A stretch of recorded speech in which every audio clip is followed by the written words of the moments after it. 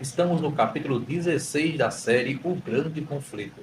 E hoje vamos falar sobre o desenvolvimento do conflito no Novo Mundo.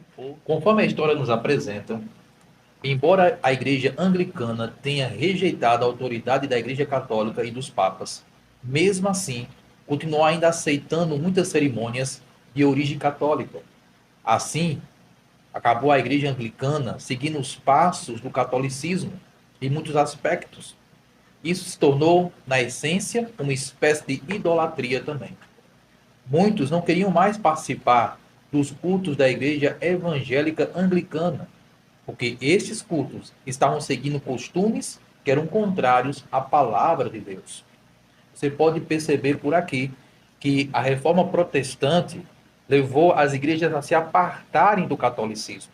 Só que, mesmo assim, algumas igrejas ou segmentos protestantes estavam se voltando mais uma vez a dogmas ou ensinamentos católicos. Inclusive, muitos erros ainda eram mantidos em algumas igrejas evangélicas, erros que vieram do catolicismo. Entre estes erros está o batismo de crianças, que não tem base bíblica para isso. E muitos fiéis, ao entrarem nessas igrejas e ao saírem do catolicismo, eles perceberam coisas similares nas igrejas evangélicas que estavam conforme o catolicismo.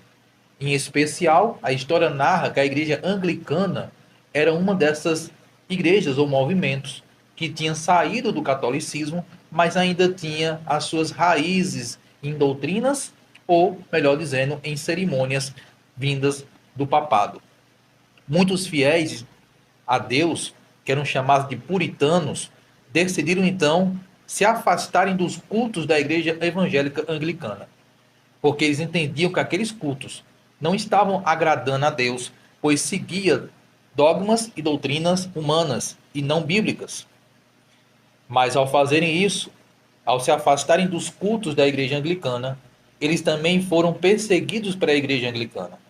Assim como o catolicismo na Idade Média tinha perseguido todos aqueles que rejeitavam ir à missa, assim também a igreja evangélica anglicana traçou o mesmo passo de escuridão, perseguindo, prendendo e até mesmo mandando matar os que se afastavam dos cultos nas suas igrejas. Você pode perceber que o conflito sempre foi com base na opressão da consciência. O catolicismo tentava obrigar as pessoas a serem católicos na Idade Média.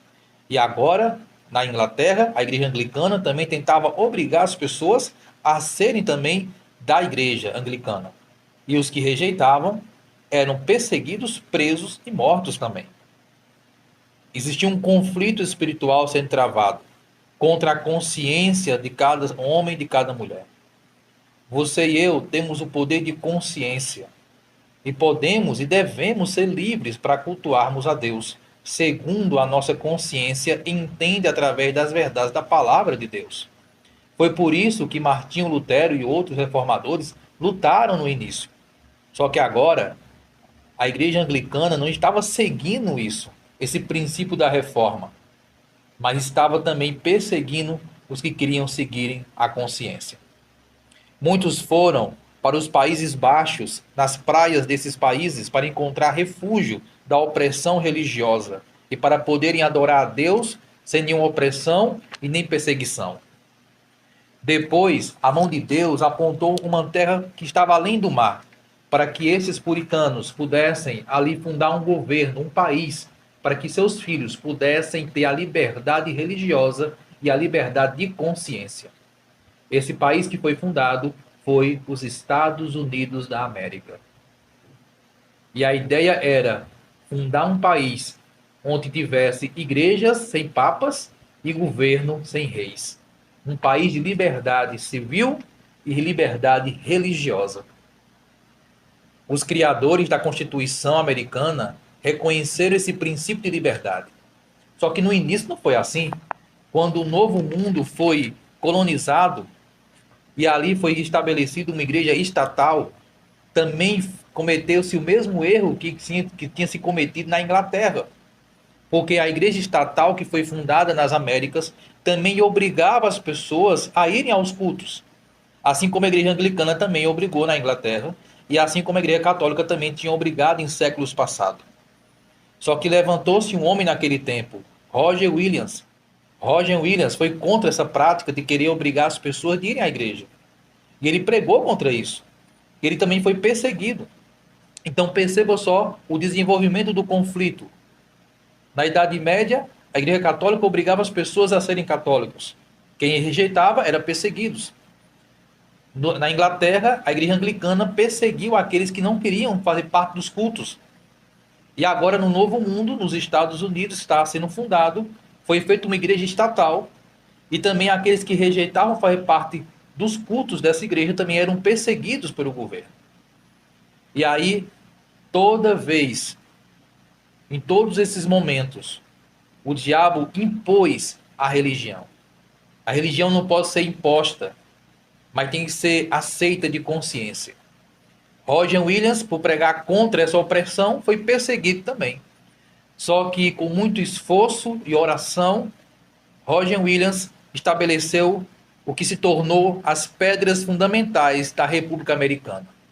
Roger Williams estabeleceu a liberdade civil e religiosa. O que ele fez deu a base para essas duas coisas existirem na Constituição: liberdade religiosa e liberdade civil. E como eu disse, os criadores da Constituição americana reconheciam depois o princípio eterno de que o relacionamento com Deus está acima de qualquer governo ou de qualquer lei de governo. O homem tem um direito de consciência. E esse direito de consciência não deve ser violado por nenhuma igreja, pastor, clero ou papas. Logo se espalhou na Europa que existia uma terra além do mar, na qual todos podiam ser livres da opressão religiosa, da opressão católica e da opressão evangélica. E assim poderiam adorar a Deus com liberdade de culto. E essa foi, sim, a base da fundação dos Estados Unidos. Um país livre, para que as pessoas adorassem a Deus. Claro que no início houve uma opressão para que as pessoas participassem da igreja, mas isso depois foi abolido. A igreja dos Estados Unidos, a igreja estatal que foi ali fundada, permitia que apenas homens religiosos assumissem os cargos políticos. Só que aí houve outro problema.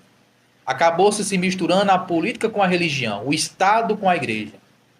E quando a igreja se une com o Estado, ou o Estado se une com a igreja, o que acontece é corrupção.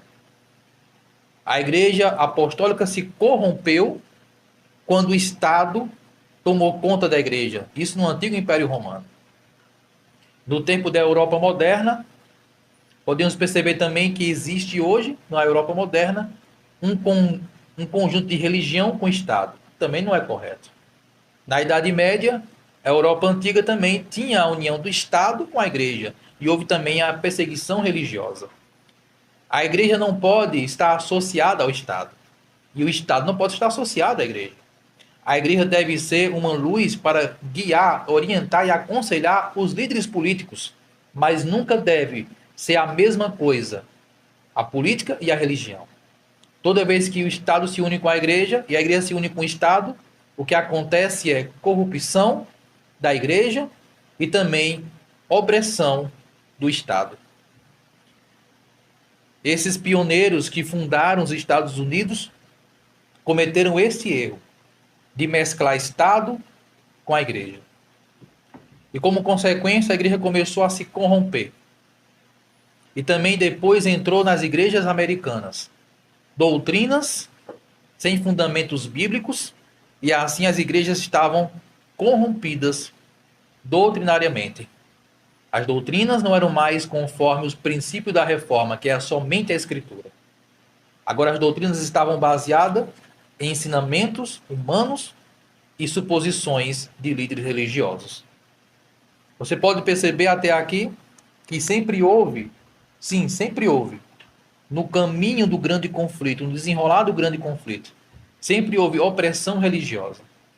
Mas uma coisa que a Bíblia é muito clara e transparente em falar é que o ser humano tem que ter liberdade de consciência para adorar a Deus, não segundo os reclamos do governo e nem segundo as opressões da igreja. Mas cada um tem que adorar a Deus segundo a sua consciência guiada pela palavra de Deus. E aqui fica o conselho para você, meu amigo ouvinte. Que a sua fé esteja conforme a sua consciência, que será orientada pelos ensinos da palavra de Deus.